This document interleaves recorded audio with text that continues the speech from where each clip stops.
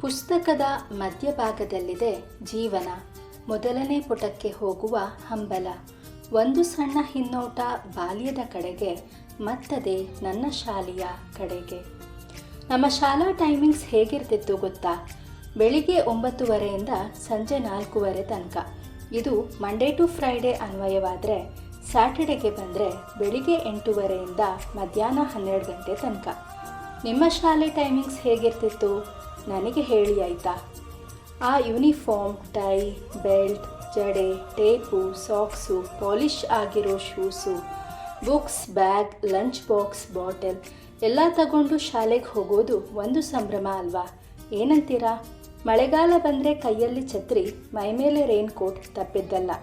ನಿಮ್ಮ ಶಾಲೆ ಯೂನಿಫಾರ್ಮ್ ಯಾವ ಕಲರ್ ಇತ್ತು ನೆನಪಿದೆಯಾ?